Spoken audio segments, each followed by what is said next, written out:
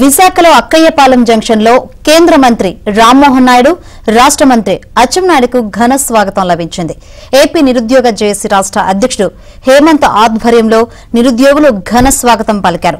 Mega డీఎస్సీపై CM Chandrababu తొలి సంతకం చేసినందుకు నిరుద్యోగ జేఏసీ నేతలు హర్షం వ్యక్తం చేశారు. ఎన్నికల్లో ఇచ్చిన హామీని నెరవేర్చారని కొనియాడారు. అందుకే మంత్రులకు ఘన స్వాగతం పలికామని నిరుద్యోగులు వెల్లడించారు.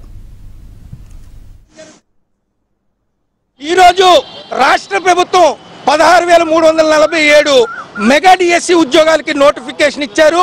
మరి అచ్చెన్నాయుడు గారు, లోకేష్ గారు, పవన్ కళ్యాణ్ గారు, రాష్ట్ర ముఖ్యమంత్రి వర్యులు నారా చంద్రబాబు నాయుడు గారితో తొలి సంతకం డిఎస్సి మీద పెట్టడం మాకు చాలా ఆనందంగా ఉంది.